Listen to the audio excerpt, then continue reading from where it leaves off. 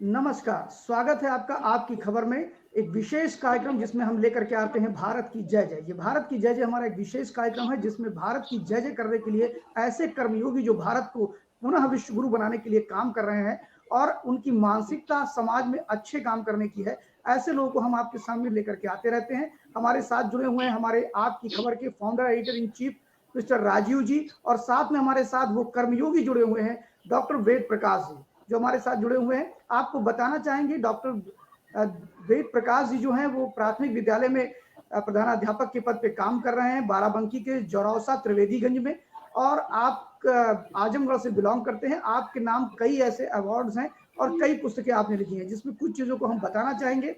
Teachers icon award 2023 में आपने राष्ट्रीय शिक्षण संस्थान उद्घोष के द्वारा आपको दिया गया। इसके अलावा best teacher award 2023 given by the rotary club 5 सितंबर को आपको दिया गया। वहीं पर बेस्ट टीचर्स अवार्ड आपने member of parliament Upendra Rawat Barabanki, इन्होंने भी आपको दिया। इसके अलावा बेस्ट इनोवेटिव जो टीचर्स अवार्ड होता है जिसमें कुछ नया करते हैं ऐसे शिक्षक जो अपने आप में अद्भुत होता है और शिक्षा की गुणवत्ता को बढ़ाने का काम करता है, ऐसे अवार्ड से नवाजे गए हैं हमारे डॉक्टर वेद प्रकाश जी। और इसके बाद हम विस्तृत चर्चा करेंगे आपसे। तो हम पहला प्रश्न ये करते हैं कि वेद प्रकाश जी, आपकी शिक्षा दीक्षा कहाँ पर हुई और आप शैक्षिक क्षेत्र में आने की आपकी रुचि कैसे, या पहले से रुचि थी या ऐसी परिस्थितियां बनी कि आप अध्यापक बने? शिव कुमार जी, धन्यवाद। अब मैं पहले बताना चाहूंगा कि मैं लखनऊ का ही रहने वाला हूँ। मेरे पिताजी यहीं पे नौकरी करते थे। तो प्रारंभिक शिक्षा मेरी स्प्रिंगडेल कॉलेज में हुई और उसके बाद मैंने इंटर कॉलवेन तालुकेदार्स कॉलेज से किया। हायर एजुकेशन पूरी तरह से लखनऊ यूनिवर्सिटी की है, जहाँ पे मैंने MA आर्कियोलॉजी में किया है और बाकी पूरी वहीं की है, लखनऊ यूनिवर्सिटी की। तो वेद जी ये बताइए कि बहुत सबसे पहले तो दर्शकों को ये बता दें कि ये जो हमारा कार्यक्रम है भारत की जय जय, इसमें हम ऐसे लोगों को सामने लेकर आते हैं जिन्होंने जो समाज को एक दिशा देने का प्रयास कर रहे हैं। जैसे कि अभी आप स्क्रीन पर देख पा रहे हैं, वेद प्रकाश जी हैं, शिक्षक हैं, बाराबंकी में प्राथमिक स्कूल में पोस्टेड हैं। अभी डिटेल में आपको शिव कुमार द्विवेदी जी ने बताया है। लेकिन सबसे बड़ी बात ये है कि ऐसे लोगों को हमारा सामने लाने का मकसद ये है जो अपनी ड्यूटी, केवल ये नहीं कि हाँ अगर उन्होंने कोई नौकरी ज्वाइन की है तो उन्होंने बस केवल अपना एक ड्यूटी टाइम जो है उसको कर लिया और कुछ भी उससे अलग नहीं कर रहे हैं। लेकिन वेद प्रकाश जी जैसे लोग हैं हमारे पास में जो समाज के लिए बहुत कुछ कर रहे हैं और अभी आप इनको स्क्रीन पर देंगे। अभी उनकी उपलब्धियों की बात करेंगे, शिव कुमार जी इस पे चर्चा करेंगे। लेकिन दर्शकों को ये बताना चाहेंगे जो हमारे व्यूअर्स हैं कि अगर आपके भी क्षेत्र में ऐसे लोग हैं जो समाज को दिशा देने का प्रयास कर रहे हैं और कुछ ऐसा कर रहे हैं जिससे हमारा जो आगे का बच्चों का ही भविष्य नहीं, हम शिक्षा के ही क्षेत्र की बात नहीं कर रहे हैं, लेकिन अगर कोई भी किसी भी क्षेत्र में काम कर रहा है तो हमारा प्रयास होगा कि हम ऐसे लोगों को लाते हैं। वेद प्रकाश जी के साथ में काफी सारी उपलब्धियां जो है उनके साथ में है। अभी हम उपलब्धियों की चर्चा करेंगे, लेकिन वेद प्रकाश जी ये जानना चाहेंगे, जैसा कि अभी आपने बताया कि आपकी स्कूली शिक्षा यहाँ लखनऊ में हुई, आपकी पोस्टिंग इस समय बाराबंकी में है। तो जो भी आपने किया, सभी लोग नौकरी करते हैं, वे जाते हैं, जो टीचिंग क्लासेस है उनकी वो करते हैं, लेकिन आपने जो ये सोचा अलग से कुछ करने का, तो इसकी प्रेरणा कहाँ से मिली आपको? ये प्रेरणा सर ऐसा हुआ कि हम लोग जब इस नौकरी में आए तो हमने देखा कि हमारे सामने जो हमारा समूह है जिसको हमें शिक्षित करना है, एकदम ही वंचित समूह है। अब क्योंकि हम लोग टेक्निकल और इन सब बैकग्राउंड से आए थे, टीचर ट्रेनर भी थे, तो ऐसी स्थिति में हमने ये सोचा कि अपनी जो हमारी शिक्षा दीक्षा हुई है, जो समाज ने हमको दिया है, उसका भरपूर लाभ हमें इन बच्चों को भी देना चाहिए जो कि कहीं ना कहीं वंचित रह जाते हैं। क्योंकि अगर हम केवल खाना पूर्ति करें और उनको उतना ही पढ़ाएं जितना कि सिलेबस में है या हमसे अपेक्षा की गई है, तो वो उनके साथ अन्याय होगा, क्योंकि आगे जाकर समाज में उनको उन्हीं बच्चों के साथ compete करना है जो हर तरह से संपन्न है, जिनको सारी सुविधाएं मिल रही हैं, जिनके पास सारे संसाधन हैं। तो हमने अपने सीमित संसाधनों में पूरा प्रयास किया कि जो मेरा ज्ञान है, जो हमने अर्जित किया है करीब 30-35 साल पढ़ाई करके, उस ज्ञान से इनको भी कुछ लाभान्वित किया जाए। ऐसा ना हो कि हमारा ज्ञान केवल हमारे ही तक रह जाए और ये जो वंचित वर्ग के छात्र हैं ये वंचित ही रह जाए उससे। तो हम लोग ज्यादा कुछ तो नहीं कर सकते, लेकिन अपना ज्ञान देकर इनके कम से कम इस योग्य बना सकते हैं कि ये लोग समाज में कहीं किसी से अपने आप को हीन ना समझें, एक इक्वल फुटिंग पे खड़े रह सकें। जी बहुत बढ़िया। चूंकि शिव कुमार जी ने इस पे काफी रिसर्च किया है और आपसे उन्होंने बात की है, तो आगे की बातें हम उनसे करते हैं कि और भी चीजों के हम बारे में जानेंगे, आपसे जानेंगे। तो शिव कुमार जी प्लीज। धन्यवाद राजू जी। वेद जी, मैं ये कहना चाहता हूँ कि आपने क्या शुरू से सोचा था कि आप शिक्षक बनेंगे या कुछ और बनने का एम था? और दूसरा, जब आप शिक्षक बने तो कहीं आपको इस बात का मलाल तो नहीं था कि आप कहाँ पे आ गए?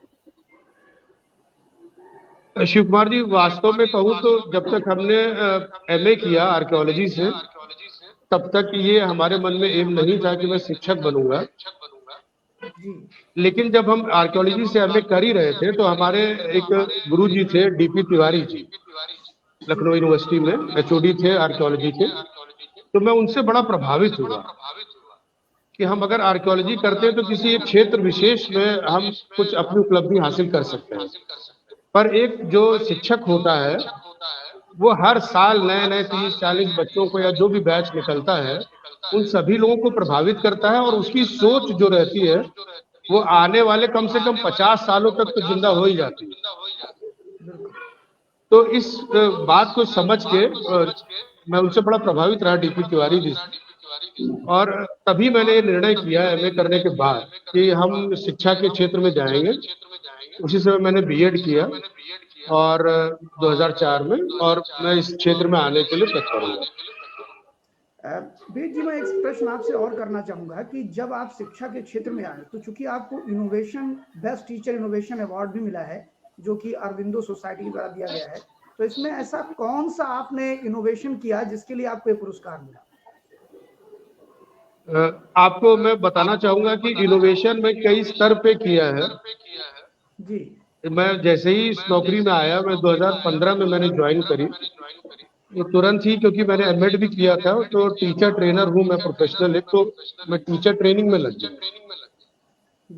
तो जब मैं टीचर्स को पढ़ा रहा था तो मुझे फर्स्ट हैंड जो बहुत एक लंबे समय तक मैं पढ़ाता तो जो समस्याएं मुझे पता चलती, ट्रेनिंग देने के दौरान वो समस्याएं बहुत जल्दी मेरे सामने आ गई कि ये समस्याएं आ रही। तो उससे रिलेटेड हमने कई सारे इनोवेशन किए। एक अभी आपको बताऊंगा जो मैंने लेटेस्ट एक ईशा ग्रिड है, उसको नाम दिया है मैंने, वो मैंने भेजा भी है अरविंदो सोसाइटी में। तो उस ईशा ग्रिड में 4x4 का एक हमने ग्रिड बनाया है जिसमें वर्णों को रखा गया है, और जो प्रारंभिक कक्षा में जो बालक होते हैं, जो अगर आप समझ पाए तो हमने देखा है कि काखा गाघा वो पूरी तरह समझ लेते हैं और आ ई ई भी वो जान जाते हैं, लेकिन जब का को आ से जोड़ने की बात आती है या ई से जोड़ने की, ता में ओ लगाया तो को बन जाएगा। तो ये एक हमने ग्रिड बनाया है जिसकी सहायता से वो आसानी से इसको कर पा रहे हैं, और ये मैं प्रयोग प्रैक्टिकल रूप में अपनी कक्षाओं में कर भी रहा हूँ। और आपको बताते हुए मुझे बड़ा हर्ष हो रहा है कि बालकों को सीखने में बहुत सहायता होती है जी। और भी बहुत सारे स्कूलों में इनको किया गया है कि इस प्रयोग के द्वारा बच्चे सीख रहे हैं, वर्णों को मात्राओं से जोड़ने में एक सहजता होती है। अच्छा, ये राष्ट्रीय उद्घोष शिक्षा संस्थान जो है उद्घोष, इसने भी आपको अवार्ड दिया है, तो वो अवार्ड किस लिए आपको मिला? उद्घोष के साथ हम लोग एक लंबे समय तक जुड़े रहे और एक 2 साल के कालखंड तक हम लोग एक डेली पोस्टर बनाते थे जिसमें भारत और विश्व उस दिन का विशेष क्या होता था, एक साल हमने चलाया दिवस विशेष और एक साल हमने चलाया इतिहास के आईने में। जी उस डेट में इतिहास में, विश्व में और भारत छात्र हैं आप 1 से 8 तक के, इनके संबंध में क्या इनको जानना चाहिए, उसको ध्यान में रखते हुए हम लोगों ने 2 साल तक इसको चलाया। प्रतिदिन हम एक पोस्टर बना के भेजते थे, उसमें सारी घटनाएं इतिहास से संबंधित और उस दिवस विशेष ये देते थे। उसी से रिलेटेड ये अवार्ड हमको दिया गया। जी जी एक चीज और एक प्रश्न है वेद जी कि जी शिक्षा के क्षेत्र में आपने एक बड़ा काम किया। आपने लगभग अपनी सैलरी से 1 लाख रुपए की आपने मदद की उन बच्चों की जिन विद्यालयों में कॉपी नहीं पहुंची थी। तो इस थोड़ा प्रसंग को थोड़ा जी विस्तार से बताएंगे कि आखिर वो क्या परिस्थिति बनी कि आप लोगों ने इतना बड़ा काम किया और उन बच्चों को जो कॉपी से दूर थे और उत्तर पुस्तिकाएं नहीं आ पाई थी तो आपने नोटबुक अवेलेबल कराया, क्या परिस्थिति बनी थी? जी ये शिक्षण के दौरान हमारे एक मित्र हैं डॉक्टर हरेराम पटेल जी तो हम दोनों लोगों ने इस बात को महसूस किया कि क्योंकि सारी सुविधाएं किताबें सरकार जो है उपलब्ध करा दे रही है बच्चों को, लेकिन कॉपियों का अभाव उनके पास रहता है, क्योंकि हमारे पास जो छात्र हैं बिल्कुल ही वंचित वर्ग के हैं। तो कई बार ऐसा होता था किसी के पास कॉपी नहीं रहती थी, या है तो इतनी पतली है कि वो एक बार फट गई तो फिर वो दोबारा खरीदने की क्षमता ही नहीं उनमें है। ऐसी स्थिति में हम दोनों लोगों ने, डॉक्टर साहब ने और हमने मिलकर ये प्रयास किया कि बहुत बड़े स्तर पे तो नहीं हो पाएगा, लेकिन पहले हम शुरुआत करने के लिए कम से कम 10-15 स्कूलों में ऐसा प्रयास करें कि कॉपियां पहुंचा दी जाएं, क्योंकि कॉपियों के अभाव में पढ़ा पाना बड़ा अजीब सा रहता था कि आज इसमें लिखाया, पता लगा बच्चा एक ही रजिस्टर खरीद पाया है, उसी में कुछ हिंदी का भी काम कर रहा है, कुछ अंग्रेजी का भी काम कर रहा है, गणित भी उसी में चला रहा है। इसलिए प्राइमरी की कक्षाओं में हम लोगों ने 8 कॉपियां, 2 हिंदी की 2 इंग्लिश की, इस तरह करके, और जो बड़ी कक्षाएं थी 6 से 8 तक, उसमें 12 कॉपियां, जिसमें एक कला की किताब और 5 काले पेन और 5 नीले पेन, और छोटी कक्षाओं के लिए पेंसिल, रबड़, कटर, इस तरह से एक किट बनाई पूरी। और अपनी कक्षा के लिए मैंने, क्योंकि यहाँ बैठने की व्यवस्था चटाइयों पर ही होती है आमतौर से, 6 से 8 तक में तो आ गए हैं डेस्क बेंच, लेकिन प्राइमरी कक्षाओं में भी उपलब्ध हर जगह नहीं हो पाए। तो ये हम लोगों ने प्रयास करके अपने पैसे से अपनी क्लास के लिए डेस्क बेंच बनवाया, और 10-12 स्कूलों में बांटने के लिए हम लोगों ने ये एक सेट बनवाया, यूपीएस के लिए, मतलब उच्च प्राथमिक के लिए और प्राथमिक कक्षाओं के लिए। तो इसमें मोटा मोटा खर्चा करीब 90,000 से 1 लाख रुपए के लगभग आया। लेकिन हमने देखा कि बच्चे इतने हर्षित हुए इसको पाकर, और शिक्षकों ने भी हमको बाद में फोन करके बताया कि नहीं सर, आप लोग ने बहुत अच्छा प्रयास किया, और इससे एक हमको अपनी व्यवस्थित करने में कक्षा को बहुत सहायता हुई, क्योंकि अक्सर कॉपियां नहीं रहती थी, और हमसे जब कोई इंस्पेक्शन वगैरह होता है, या वैसे भी क्योंकि डॉक्यूमेंटेशन पूरा नहीं हो पाता था, तो बच्चे ने कुछ लिखाया, पता लगा, पूछा गया कि वो पुरानी चीज दिखाइए, तो वो उसके पास नहीं रहता था। तो ऐसी स्थिति में जब ये कॉपियां उनको मिल गई तो बहुत ही उत्साहित हुए शिक्षक भी और हमारे छात्र। जी वेद जी, ये एक बात ये जानना चाहेंगे कि जो आपने सकारात्मक प्रयास किया उसमें आप काफी सफल भी रहे, तो क्या इस तरीके से और भी लोग सामने आ रहे हैं? लोग क्या प्रभावित हो रहे हैं? क्या उनका भी असर पड़ रहा है? क्योंकि जाहिर सी बात है, आपने एक बहुत ही इम्पोर्टेंट बात कही, बहुत ही महत्वपूर्ण है वो, कि सरकारी स्कूलों में अभी भी जो भी बच्चे पढ़ रहे हैं वो कहीं ना कहीं से अभाव अगर है तभी आ रहे हैं। अभी वो स्थितियां नहीं बन पाई हैं कि लोग जो जिनके पास में अभाव नहीं है वो अभी अपने बच्चों को भेजें। धीरे धीरे समय लगेगा माइंडसेट को चेंज होने में, लेकिन मेरा जानने का प्रयास मैं ये कर रहा हूँ कि जो आपने प्रयास किया है उससे क्या शिक्षक वर्ग में भी और भी चेतना आई है, और भी लोग क्या प्रभावित होकर इस तरीके से कामों को कर रहे हैं? निस्संदेह सर, ये जो हमने जो कार्य किया है, इससे शिक्षकों में भी बहुत उत्साह है। और मैं आपको बताऊं कि हमारे ब्लॉक में कम से कम 3 और स्कूल ऐसे हैं जहां पे अभी हाल ही में शिक्षकों ने अपने पैसे से डेस्क बेंच बनाने का काम किया है। और मैं बड़े उत्साह के साथ और गर्व से बता सकता हूं कि हमारे त्रिवेदीगंज ब्लॉक में सभी शिक्षक लगातार इस प्रयास में है कि कैसे हम अपने स्कूल को अच्छे से अच्छा बनाएं और कैसे हम इसको एक अपने पटल पे उत्तर प्रदेश के लेवल पे लेके आए। कि त्रिवेदीगंज जो बाराबंकी का एक है, आपको भी बताएं कि आय आधारित छात्रवृत्ति की जो परीक्षा होती है उसमें बाराबंकी में, क्योंकि दूरस्थ ब्लॉक है त्रिवेदीगंज और पिछड़ा हुआ माना जाता है ग्रामीण ब्लॉक, लेकिन सबसे ज्यादा सिलेक्शन हमारे यहाँ से हुए। और इतने हुए कि हम लोग लगभग लखनऊ के जो अच्छा ब्लॉक है सरोजनी नगर, उसके बराबर कहीं ना कहीं खड़े नजर आए। इससे पहले एक क्विज होती थी, क्विज में भी उत्तर प्रदेश में आप सोचिए त्रिवेदीगंज का कोई नाम नहीं था, लेकिन हमारे बीओ साहब की प्रेरणा से हम लोग पहले दूसरे तीसरे इस तरह करके 5 के अंदर अंदर त्रिवेदीगंज को लाने में सफल हुए। तो हमारे सरकारी शिक्षकों के द्वारा लगातार निरंतर ये प्रयास जारी है कि हम कैसे अपनी चीजों को, अपने छात्रों को ज्यादा से ज्यादा लाभान्वित करा सके। वो पैसे के माध्यम से हो सकता है, समय के माध्यम से हो सकता है, इनोवेशन के माध्यम से हो सकता है। कई सारे लोग टेक्नोलॉजी, जैसे हमारे स्मार्ट क्लासेस कई सारे स्कूलों में शिक्षकों ने या तो सामुदायिक सहभागिता से या अपने प्रयास से ही बनाने का प्रयास किया है। उन्होंने प्रोजेक्टर लगाए हैं, स्मार्ट टीवी लगाए हैं, जिससे उत्तरोत्तर बच्चों को लाभान्वित करने में सहायता प्राप्त होगी। वेद जी, जैसे आप जब पहली बार आपकी पोस्टिंग हुई और आपने पढ़ाना शुरू किया, तो उसके बाद जिन विद्यालयों में आप गए या जिसमें अभी वर्तमान विद्यालय में है, तो क्या उससे जो आम जनमानस ने, जो बच्चे थे, उनकी पंजीकरण उनका बढ़ा? ये बड़ा जी,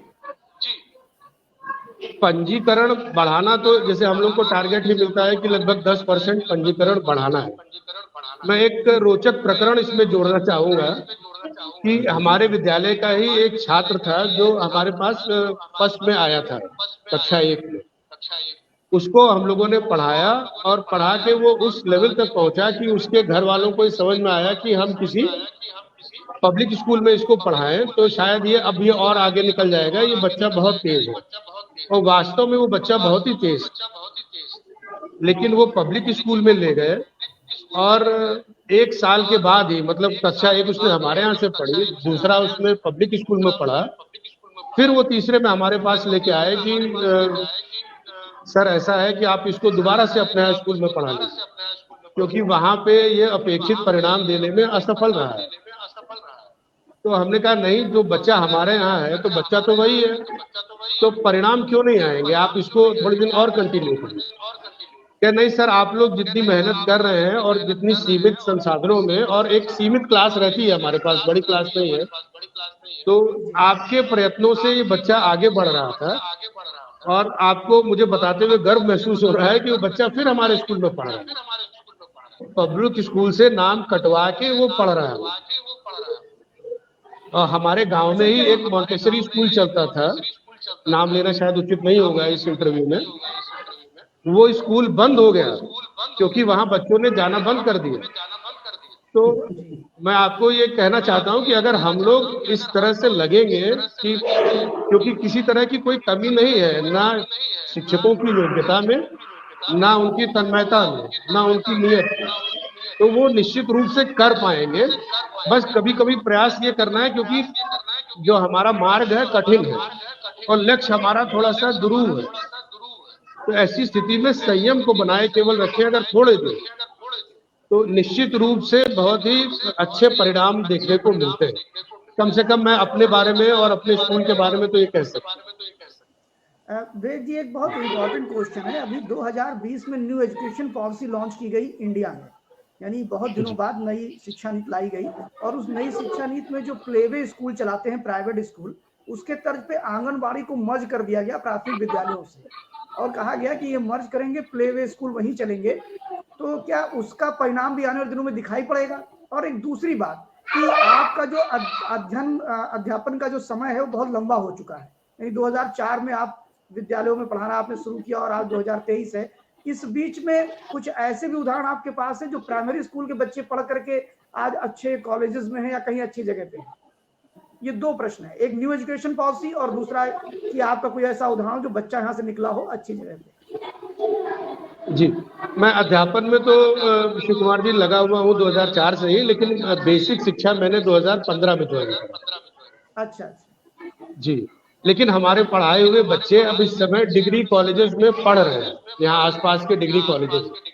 हम प्रेरित करते हैं बच्चों को और तमाम तरह से कि अगर किसी के पास फीस नहीं है या किसी प्रकार के किसी डॉक्यूमेंट की कमी हो रही है एडमिशन लेने में, तो क्योंकि हम लोग शिक्षक स्वयं हैं तो आसपास के स्कूलों से बात करके उनका जो भी फैसिलिटेट करा सकते हैं हम लोग, उतनी मदद हम उनकी करते हैं।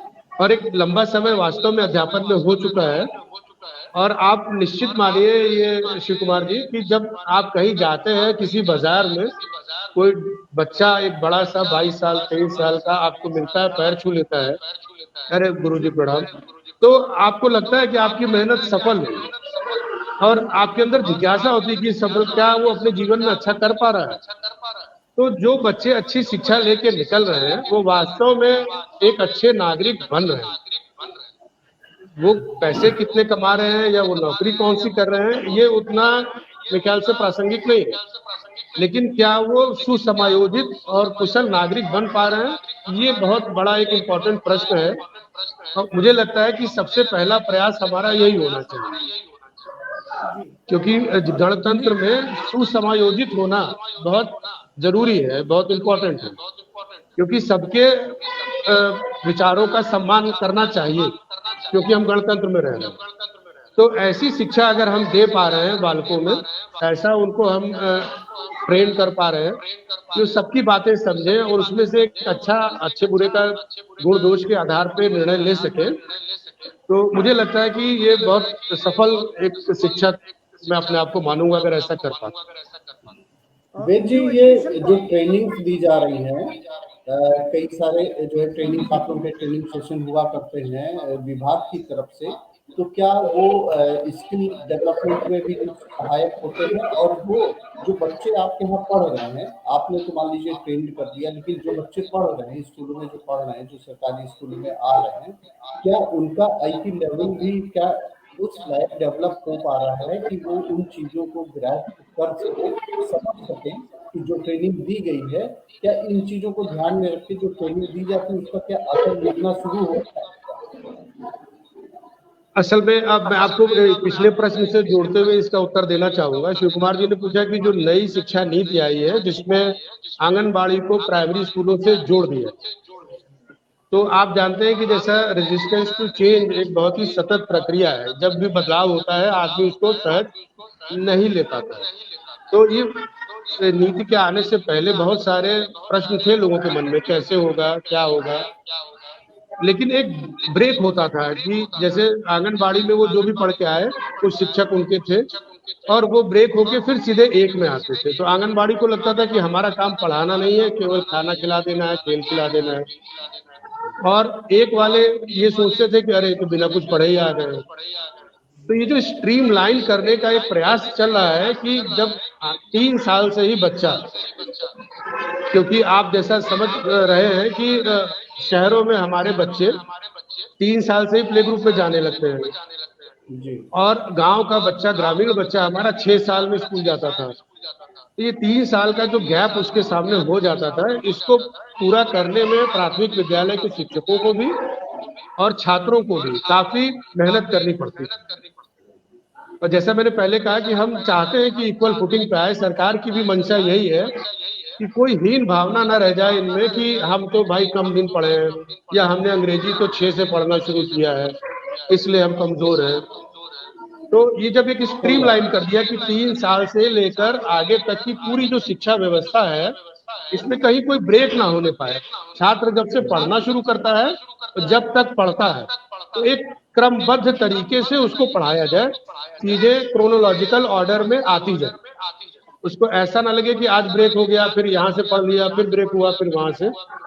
तो ये एक अच्छा उन्होंने प्रयास किया है सरकार की तरफ से, और इसी प्रयास को क्योंकि हम इनकॉर्पोरेट कर पाए, हम समझ पाए कैसे इसको करना है, जो चेंजिंग सिचुएशन है, जो डायनामिक सिचुएशन है, इसको हम समझ पाए।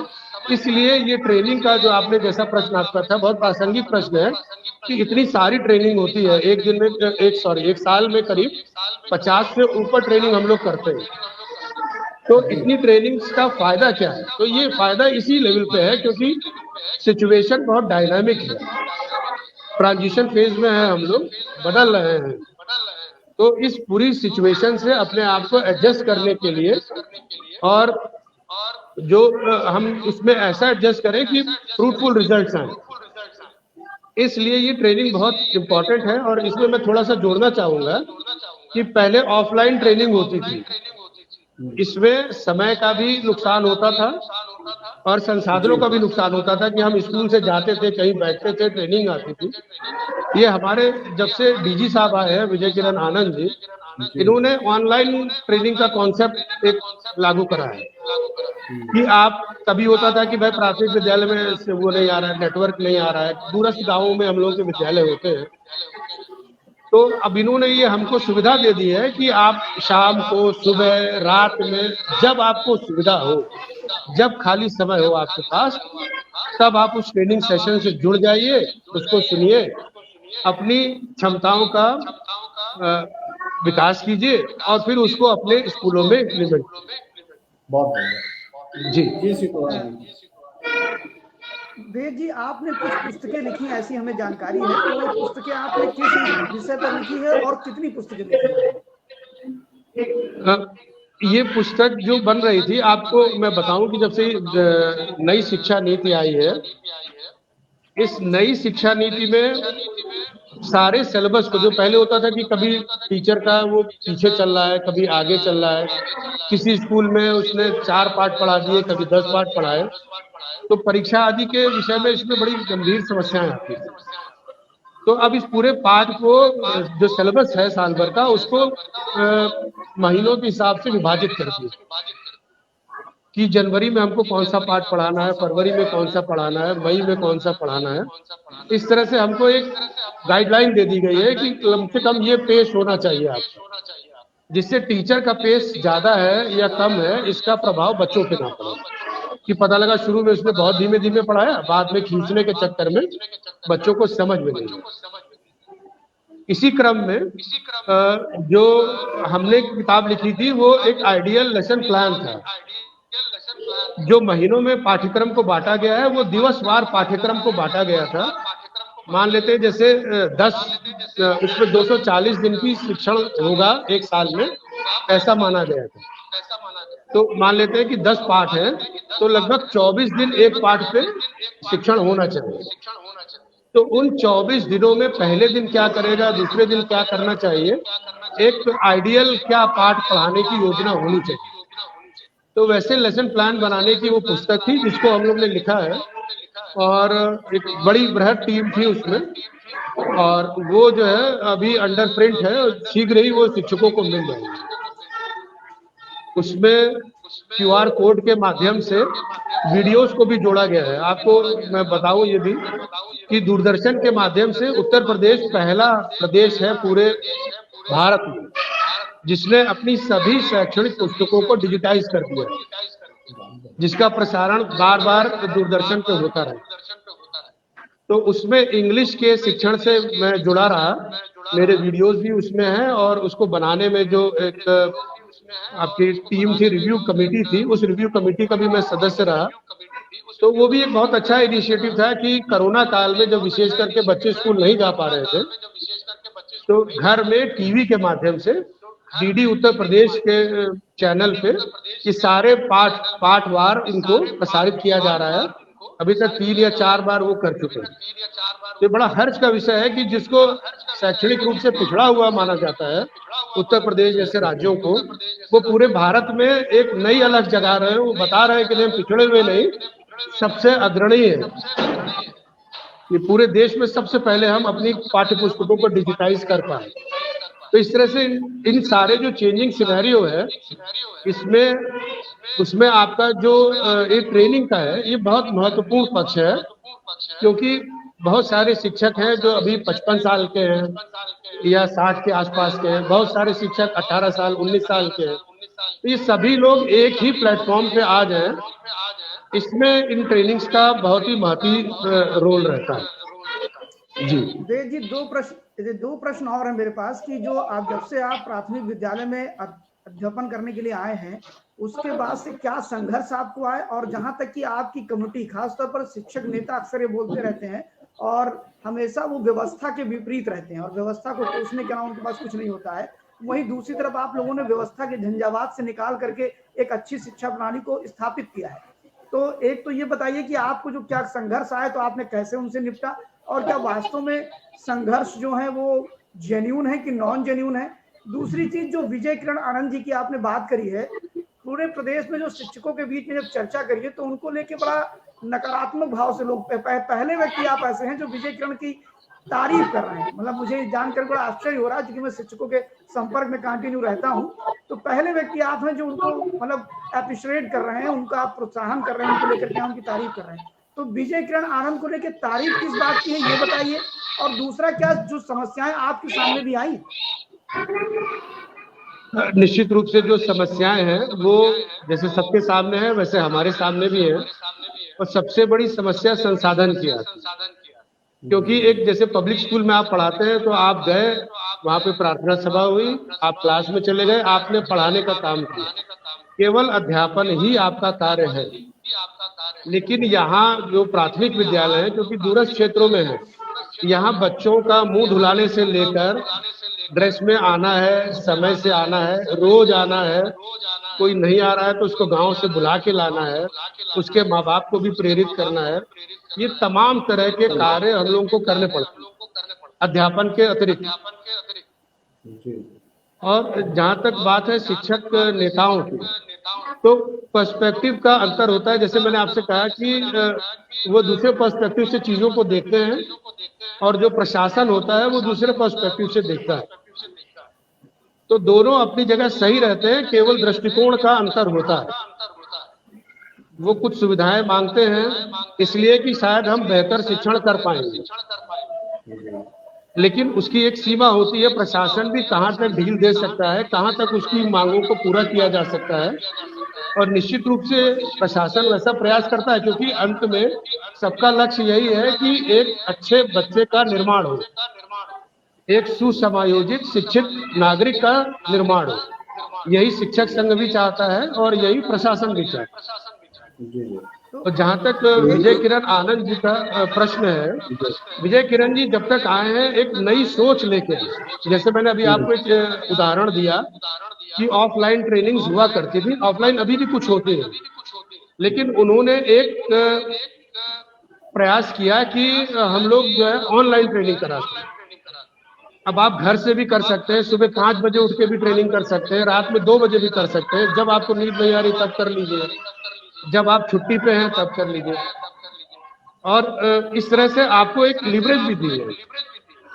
जैसे एक बड़ा प्रश्न लगता था कि टीचर स्कूल ही नहीं जाते हैं भाई, तो सब घर में ही बैठे रहते हैं। अब आपको जान के हर्ष होगा कि सभी स्कूलों में टैबलेट बांट दिए गए हैं। अब उन टैबलेट से हाजिरी लगेगी, ये सब आपके सामने आ जाएगा कि मुश्किल से कुछ % टीचर होंगे जो आने में देर होते, क्योंकि हम लोग दूरस्थ जगहों पे पोस्टेड हैं, सभी के पास आने जाने के लिए अपना साधन नहीं होता। कभी किसी को साधन मिला, बस मिली, टैक्सी मिली, कभी 10 मिनट देर हो गई, तो बस इतना ही। तो लेकिन वो जब टैबलेट आ जाएगा तो ये दूध का दूध पानी का पानी हो जाएगा कि नहीं, सभी टीचर जाते हैं, समय से पहुंचते हैं, अध्यापन करते हैं और समय से वापस आते हैं। तो किसी के मोहताज नहीं रह जाएगा शिक्षक की, कोई चेकिंग करे तो बताएगा कि हाँ थे नहीं थे। वो इलेक्ट्रॉनिक, तो ये जो इलेक्ट्रॉनिक आ रहा है, जैसे छुट्टियां हमको इलेक्ट्रॉनिक मिलने लगी, अब हमको कुछ ये नहीं है कि हम इसको भेजेंगे, चिट्ठी भेजेंगे, नहीं भेजेगी, एप्लीकेशन अप्रूव होगी कि नहीं होगी। हम मानव संपदा पोर्टल पे सीधे रात में या दिन में जब भी हमको सुविधा है हम डाल देते हैं, हमारी छुट्टी सैंक्शन हो जाती है। इससे पहले माता तो अवकाश ही सब कुछ जी। बहुत बड़ा चेंज आया है, ट्रांसफॉर्मेशन हुआ है, नो डाउट। जो है जो प्राइमरी एजुकेशन, बेसिक एजुकेशन था, जिसके बारे में बात कही जाती थी कि बहुत ही पिछड़ा हुआ है, लेकिन जिस तरीके से अभी कुछ पिछले के कुछ वर्षों में लगातार कुछ ना कुछ एक बहुत ही पॉजिटिव चेंज हो रहा है, उसका असर भी दिख रहा है। आपके जैसे लोग सामने आ रहे हैं, और सबसे बड़ी चीज ये है कि आपके जैसे लोग सामने तो आ ही रहे हैं, लेकिन और भी लोग उससे इंस्पायर हो रहे हैं। और डिपार्टमेंट की तरफ से भी जिस तरीके से और लोगों को मोटिवेट किया जाता है, ट्रेनिंग दी जाती है, स्किल डेवलपमेंट किया जाता है, तो मुझे लग रहा है कि जो बच्चे हैं उनके गार्जियंस का भी जो मॉरल होगा वो काफी हाई हो रहा होगा, और जो स्ट्रेंथ होगी उसमें भी कुछ ना कुछ चेंजेस आए होंगे। एक बहुत बड़ा चैलेंज जो स्कूल्स है, गवर्नमेंट के स्कूल्स है, उनके लिए अभी भी है कि जो स्ट्रेंथ है, जिस तरीके से नंबर ऑफ टीचर्स हैं, उसके रेशियो में बच्चों को लाने में एक बहुत बड़ा अभी चैलेंज है, और उनके पेरेंट्स को मना है कि डेली वो भेजें। लेकिन फिर भी चेंज तो डे बाय डे आ ही रहा है, वो दिख भी रहा है, क्योंकि हमारी समय सीमा समाप्त हो चुकी है। लेकिन फिर भी द्विवेदी जी, अगर कोई बहुत ही इम्पोर्टेंट सवाल है तो अब चूंकि कंक्लूड करना होगा, इसलिए आप पूछ सकते हैं।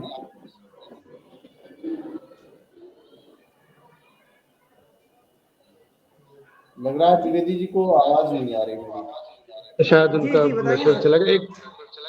जी हाँ, अभी हम लोग कंक्लूजन की तरफ से हैं। मुझे सिर्फ एक प्रश्न और आपसे करना है कि जो भारत को विश्व गुरु बनाने के लिए हम सभी लोगों ने कमर कसी है, और खासतौर पर भारत का प्रत्येक नागरिक भारत को हर दिशा में नंबर 1 बनाना चाहता है, और भारत की जय जय पूरे विश्व में हो, और ऐसा हो भी रहा है। तो इन परिस्थितियों में मैं सिर्फ एक प्रश्न आपसे है कि ऐसा, आप तो चूंकि आइडियल हैं ऐसे शिक्षकों के लिए जो भारत की जय जय करने के प्रयास में है, और आप कर भी रहे हैं वहां पर बैठ करके बाराबंकी में अपने अध्यापन के माध्यम से। ये बताइए, सरकार और आप दोनों मिलकर के ऐसा क्या करें कि भारत की जय जय होती रहे शिक्षा के क्षेत्र में। इसमें एक चीज मैं करना चाहूंगा कि जैसे शब्द आता है रिसर्च, तो हम किसी ढूंढी हुई चीज को दोबारा से ढूंढते हैं, उसी तरह से भारत तो विश्व गुरु रहा ही है। अगर आप इतिहास उठा के देखें तो इतिहास में दर्ज है कि जब अंग्रेज 6वीं शताब्दी में अंग्रेजी बनाना शुरू कर रहे थे, उससे 300 साल पहले हमारे यहाँ विज्ञान शाकुंतलम लिखा जा चुका। तो ये तो विश्वगुरु था ही पहले से, केवल जो उसपे एक मट्टी की परत जम गई है, जो लोग भूल गए अपना इतिहास, केवल उससे दोबारा से दिखाने की जरूरत है। केवल उनके अंदर वो उत्साह, वो विश्वास जगाने की जरूरत है कि आप पहले भी ऐसे थे, आपके लिए अनहोनी बात नहीं है, आप फिर से हो सकते हैं।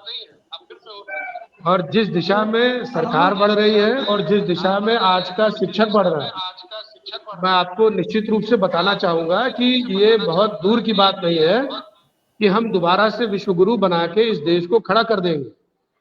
और इसलिए क्योंकि हम नींव मजबूत कर रहे हैं, इसलिए मैं कह पा रहा हूं कि हमारी नींव इतनी मजबूत हो रही है कि इस पे जो इमारत बनेगी वो बहुत ही अच्छी बनेगी, मजबूत बनेगी, और आगे आने वाले भविष्य में जरूर वो एक पूरे विश्व को दिशा निर्देश दे पाएगी, एक सकारात्मक की तरफ ले चल जा पाएगी।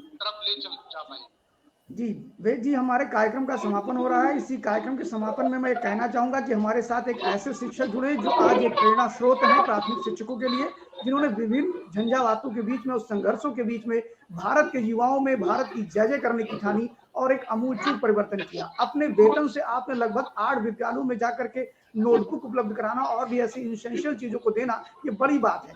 वेद प्रकाश जी ऐसे लोगों से मिलने के बाद ये लगता है कि भारत की जय जय बहुत जल्द ही पूरे दुनिया में जैसे हो रही है, और उन्होंने कहा भी है कि पहले भी भारत की जय जय थी, और अब इनको मिलने के बाद और इनके इस इंटरव्यू के बाद भारत का प्रत्येक नागरिक और वो दर्शक जो हमें देख रहा है, वो ये मानेगा कि बहुत जल्द ही भारत सुपर पावर बनकर के भारत उभरेगा, और भारत की जय जयकार पूरे दुनिया में एक बार फिर से होना शुरू हो जाएगी, जो कि हो भी रही है।